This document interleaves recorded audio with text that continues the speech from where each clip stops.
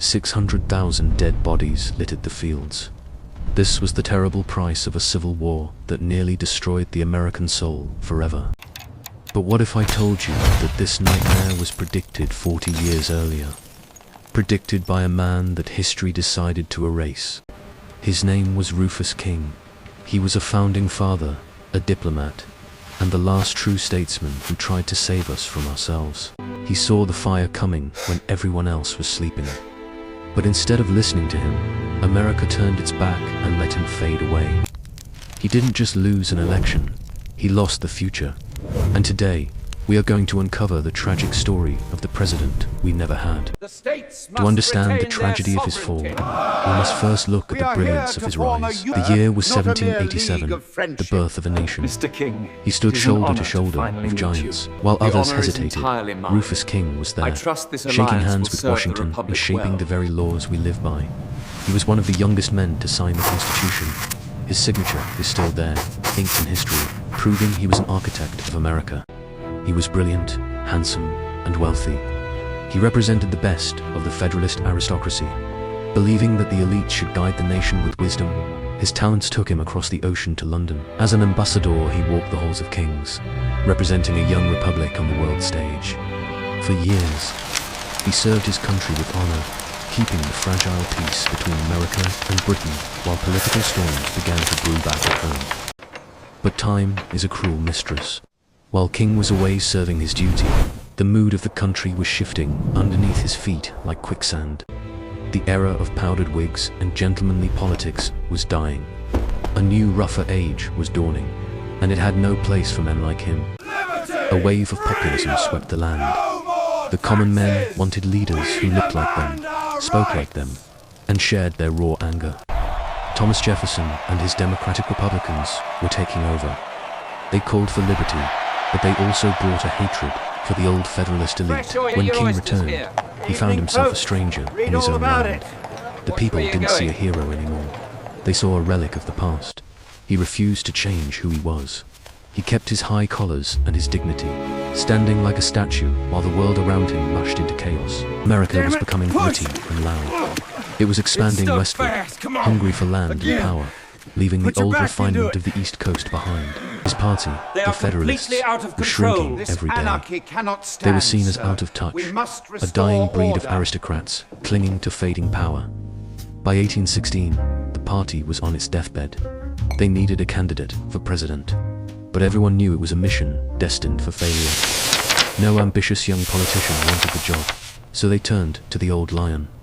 They asked Rufus King to lead them one last time. He knew he would lose. He knew he was being led to the slaughter. But Rufus King was a man of duty, and he could not say no. He accepted the nomination. Not with joy, but with the heavy heart of a captain agreeing to go down with his sinking ship.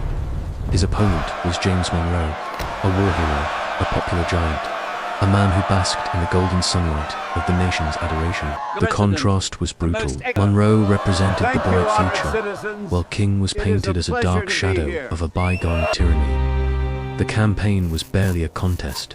The Federalists didn't even bother to campaign in many states, accepting their doom in silence as the voters cast their ballots in the winter of 1816. They were driving the final nail into the coffin of the Federalist Party. When the results came in, it was a landslide. Monroe swept the nation with 183 electoral votes, and Rufus King, he received only 34 votes. A humiliating defeat that signaled the end of his political relevance. The world moved on instantly. King was left alone by the fire, contemplating the ashes of his career. But this was not the end. Most men would have faded into the shadows of history. But in the silence of his defeat, King heard a terrifying sound rising from the south. It was the sound of chains. The Cotton Empire was growing, and slavery was no longer just a dying practice, it was becoming a monster. King realized that the union he had helped build was being poisoned from within. He knew he could not remain silent in his retirement. The crisis exploded in 1819. The territory of Missouri wanted to join the Union as a slave state, threatening to tip the balance of power forever. Though his health was failing and his party was dead, the old lion sharpened his claws for one final battle. He returned to the Senate. He walked back into a Senate that had changed. It was angry, divided, and filled with men who were ready to tear the country apart for profit. When Rufus King entered the chamber, the room fell silent. The last founding father had come to speak, and his presence demanded respect. He stood alone against the powerful Southern bloc. He knew his words would make him enemies, but he no longer cared about votes or popularity. He spoke with the fire of a biblical prophet. He told them that you cannot build a land of the free upon the broken backs of the enslaved. They laughed at him. They whispered that he was a bitter old man, a relic of the past who didn't understand the new economy. But King did not back down. He warned them, if you extend this evil, you are planting the seeds of your own destruction.